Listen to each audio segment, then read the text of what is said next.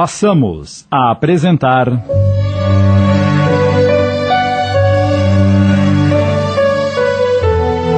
O Jardim dos Girassóis, obra de Lígia Barbieri Amaral, adaptação de Sidney Carbone.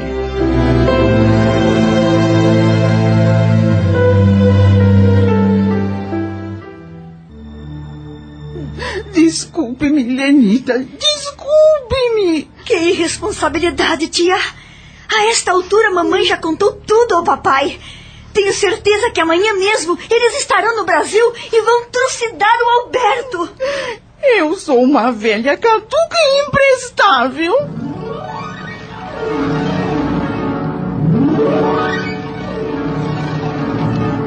E eu estava certa.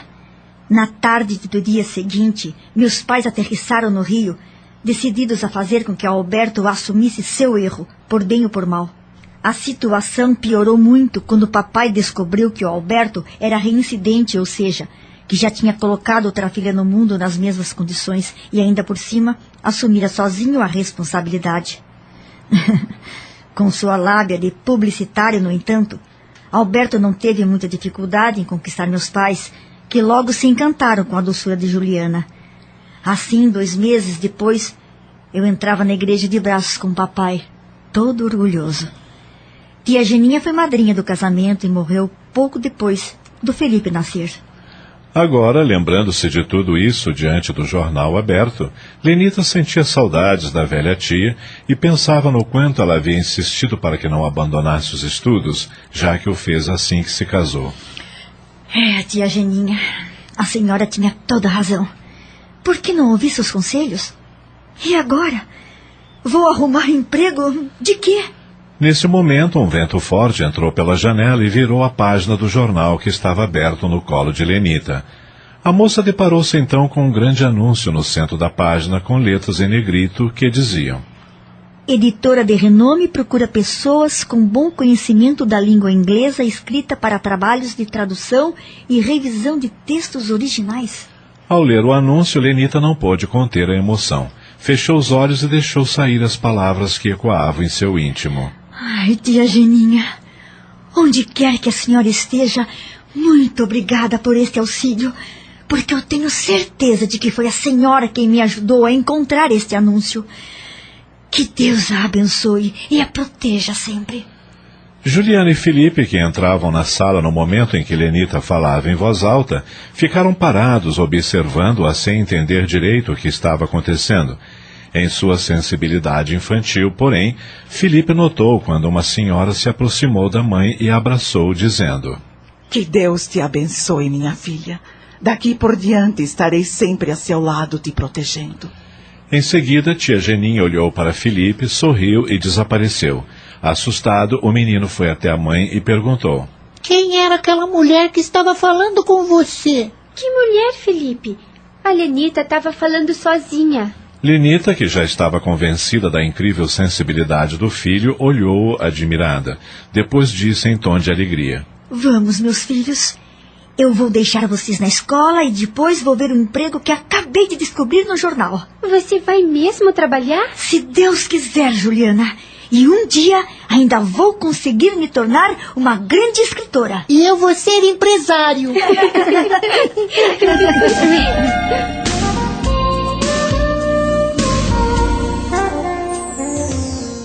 João Vitor deixou a estação do metrô e, em instantes, estava parado diante do sinal onde Alberto morrera. O sinal estava verde. Os carros passavam depressa e ele não conseguia parar de imaginar a cena da morte do amigo.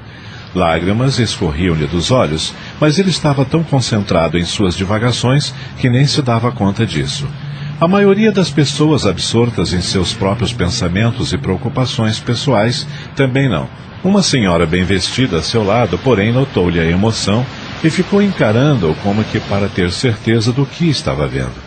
Era realmente estranho ver aquele homem alto e corpulento, tão elegante em seu terno de linho, com os olhos umedecidos como os de uma criança sentida e acuada. Pungida por aquela imagem, a senhora não resistiu e tocou-lhe os ombros. Meu filho, vejo que você não está nada bem. Posso ajudá-lo em alguma coisa? Como que despertando de um sonho distante, João Vitor assustou-se com o toque. Instintivamente levou as mãos à face e só então se deu conta de que seus olhos choravam. Envergonhado, enxugou rapidamente as lágrimas com as costas das mãos e olhou com ternura para a senhora. Muito obrigado pela sua atenção. É que sem querer eu me lembrei de um amigo que morreu aqui há pouco tempo. Me desculpe a indiscrição, mas esse seu amigo, por acaso, se chamava Alberto? Sim, a senhora o conhecia? E como? Trabalhávamos juntos naquele prédio. Disse isso apontando para a empresa do outro lado da rua. É mesmo? Eu estou indo justamente para lá. Tenho uma entrevista marcada com o presidente. Mas então o senhor só pode ser o João Vitor? O próprio. Mas como a senhora sabia? Alberto falava muito de você. Eu me chamo Catarina. Sou a secretária do presidente. Muito prazer. O prazer é todo meu. Ah, veja, o sinal fechou. Vamos atravessar?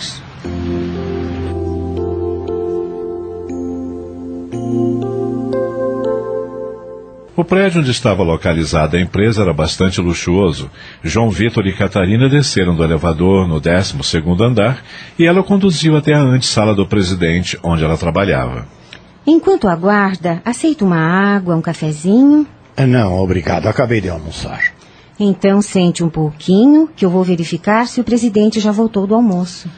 Catarina entra na sala da presidência e retorna minutos depois trazendo alguns papéis nas mãos. Ele ainda não voltou, mas não deve demorar. Enquanto eu organizo estas faturas, podemos conversar. Tem certeza que não quer mesmo um cafezinho? Obrigado, eu quase não tomo café. Pois então não se parece com o Alberto. Ele tomava quase 2 garrafas por dia. Chego até vê-lo batendo na porta no final do expediente, dizendo: Dona Catarina, por acaso não sobrou nenhum golinho de café da diretoria? Todo santo dia era a mesma coisa. Durante mais de meia hora, João Vitor e Catarina ficaram a tagarelar. E quanto mais conversavam, mais o rapaz tinha a sensação de que já a conhecia há muito tempo. Tamanho era o carinho com que ela falava de Alberto, que ele podia intuir que o amigo e Catarina também tinham aquela mesma sintonia. E quando foi que vocês se conheceram? Nós crescemos juntos. A casa de meus pais, no bairro de São Cristóvão, ficava ao lado da casa dos pais de Alberto. Ele era 2 anos mais velho que eu e, como nós dois éramos únicos filhos, sempre brincávamos juntos. Mas na escola estudavam em classes separadas? Por muito pouco tempo. Como meus pais trabalhavam numa fábrica e viviam ocupados, eu entrei na escola 1 ano antes do normal. Fui alfabetizado com 4 anos. A senhora acredita? Mas o Alberto era pelo menos 1 ano na sua frente, não era? Era. Mas acontece que no 4º ano, quando a mãe dele morreu, ele tomou bomba. E desde então nunca mais nos separamos.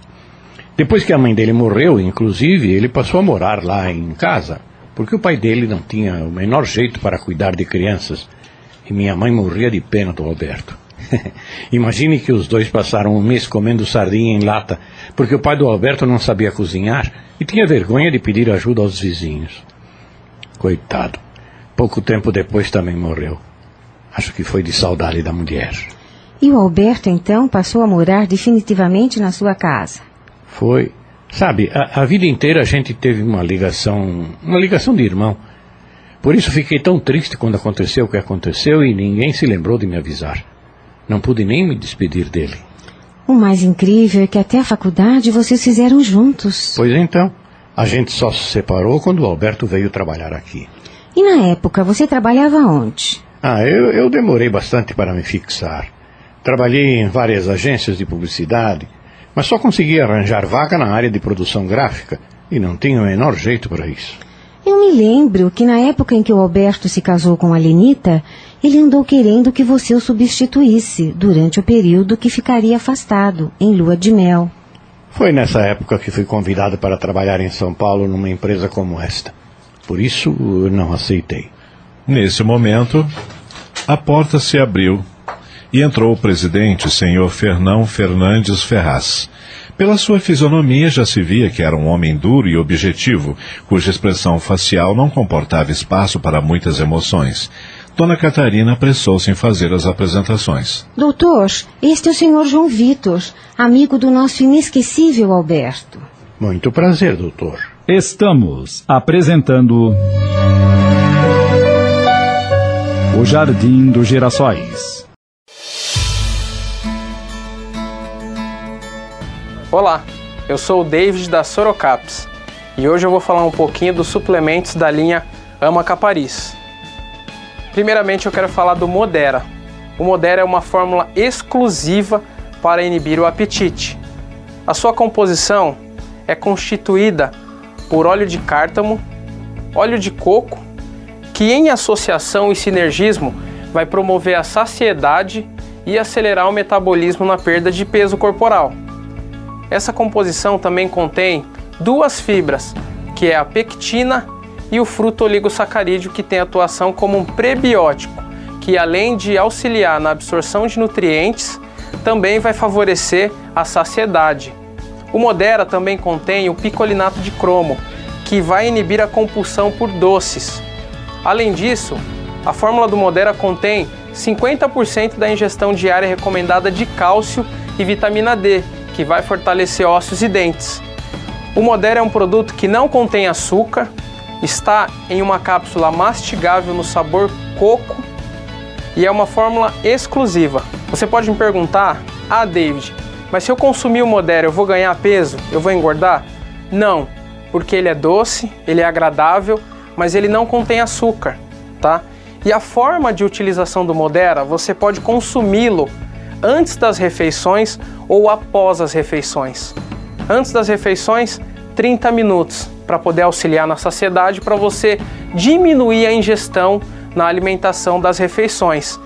E após as refeições, para aquela pessoa que tem o costume de consumir doce, chocolate, 30, 40 a 1 hora após essas refeições. Então você tem duas formas de utilizar o Modera, que é antes da refeição ou após a refeição. Outra dúvida que você pode ter é quem pode consumir o Modera? Adultos, pessoas maiores de 18 anos, sêniors, qualquer um pode consumir o Modera. Agora, se você tem alguma contraindicação, se você tem algum tipo de problema, é orientado que você procure ou um nutricionista ou um médico. Sempre é bom o acompanhamento de um profissional habilitado. Porém, o produto não tem nenhum tipo de contraindicação. Ele é um suplemento alimentar regulamentado pela Anvisa e atende todos os limites da regulamentação para suplementos alimentares. Bom, pessoal, esse é o Modera. Se vocês tiverem alguma dúvida, encaminhe aqui pra gente na Ama Capariz. Nosso WhatsApp, 67 984 79 71 99. Fale com Gabriel.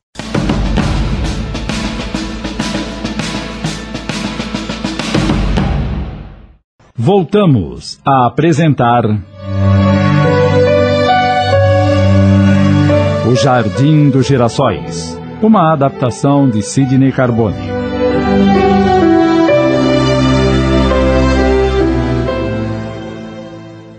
Sente-se. Obrigado. Sempre muito objetivo, o senhor Fernandes Ferraz tomou a palavra. Meu funcionário de maior confiança, que ocupava o cargo de diretor executivo da empresa, se aposentou. Eu havia convocado uma reunião com o Alberto no dia em que ocorreu o acidente, justamente para discutir a possibilidade de trazer o senhor de São Paulo para assumir o cargo.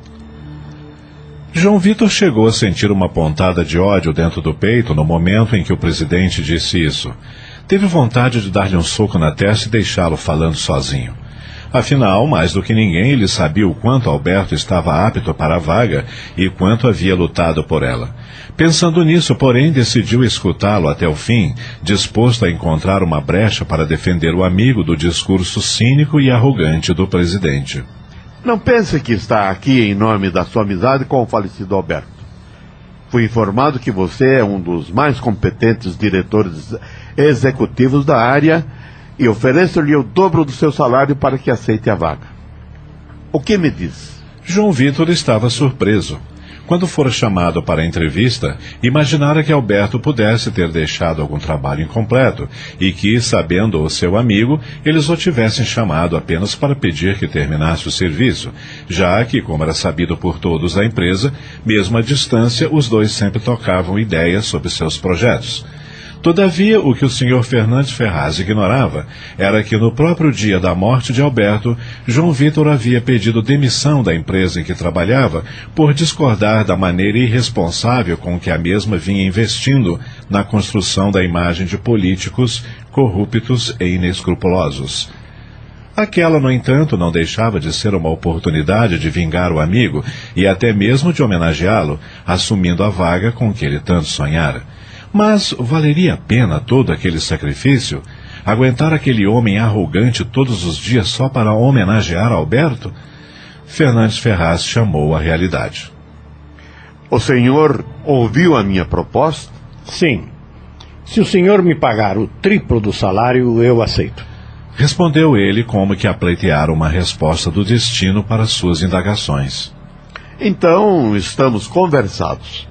Espero o senhor amanhã às 9h30 para lhe passar suas atribuições.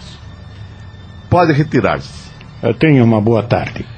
João Vitor deixou a sala da presidência tão desnorteado que nem se despediu direito de Dona Catarina.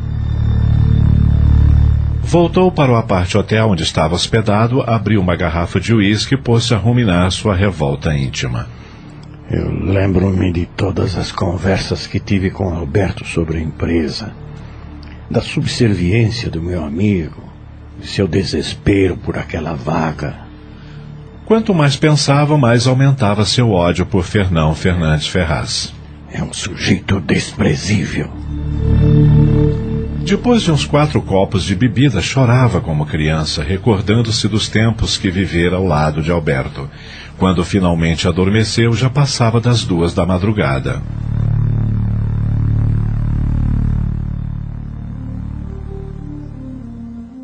Quando Elisa entrou no quarto de Alberto, o encontrou sentado na cama com os olhos muito tristes. O que aconteceu, Alberto? Você parece abatido. É como se eu ouvisse a voz do meu amigo João Vitor. Ele dizendo que precisa de mim. Então me vejo sendo atropelado por um táxi e meu coração começa a doer como se fosse explodir. Isso é normal. Você está começando a se lembrar. Não estou começando, eu já me lembrei. Sei que fui atropelado e tive um infarto. Ou que tive um infarto e fui atropelado. Que importa isso? Só não entendo como vim parar aqui, neste hospital. Por que não me deram nenhum medicamento? Você está sendo medicado. Como? Se nem soro estou tomando. E por que minha família não está aqui comigo? Vocês avisaram pelo menos a minha esposa que eu estou aqui? Antes que a enfermeira pudesse responder qualquer coisa, entrou no quarto o Dr. Márcio, de aspecto alegre e bem-humorado. Olá, Alberto. Como tem passado? Eu sou o Dr. Márcio. Soube que você queria me ver. Finalmente. Há dias que lhe mando recados. Espere. Há quantos dias exatamente estou aqui? O tempo não mais importa para você, Alberto. Na verdade, você está iniciando um novo tempo. Como? O que quer dizer com isso? Isto aqui, por acaso, é um hospício? Exijo ser removido daqui imediatamente, entendeu? Aconselho-o a não se exaltar. Isso pode comprometer a sua recuperação. Por quê? Por acaso eu estou aqui como prisioneiro? Quero ver a minha família agora. Quero... Ai! Ele interrompeu a frase, transtornado por tanta dor no peito. Sentia-se como se fosse ter outro infarto. Empalideceu, desmaiou de dor. O Dr. Márcio olhou significativamente para Elisa e esta correu até a porta pedindo ajuda. Depressa! É uma emergência! Tragam os vibradores energéticos! 4 enfermeiros entraram em seguida carregando um estranho aparelho. Vamos usar a luz verde para ver se ele se acalma. Um dos enfermeiros projetou então uma luz verde sobre o peito de Alberto, desacordado, enquanto os demais ocupantes do quarto faziam uma corrente em torno da cama, muito concentrados. Tempos depois, quando Alberto acordou, deparou-se com uma senhora sentada ao seu lado. Ela segurava um pote transparente com um espesso caldo dentro. Alberto, querido, sente-se melhor. Trouxe este caldo para você. Ele sentou-se na cama, pegou o pote um tanto desconcertado e sorriu para ela sem graça. Os dois passaram então alguns minutos em silêncio, ele com cara de assustado, ela sorrindo para ele. A seguir, estendeu-lhe uma colher e disse: Experimente. É uma sopinha. Foi eu mesma quem fiz. Preparei especialmente para ajudá-lo na sua recuperação.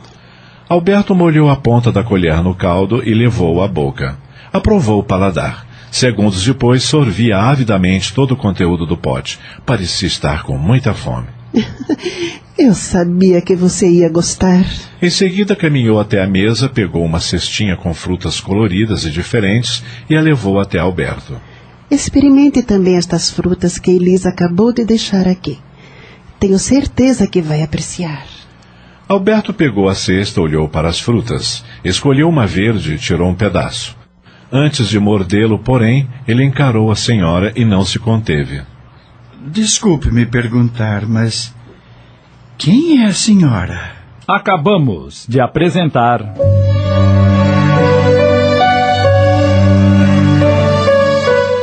O Jardim dos Girassóis, obra de Lígia Barbieri Amaral em 20 capítulos.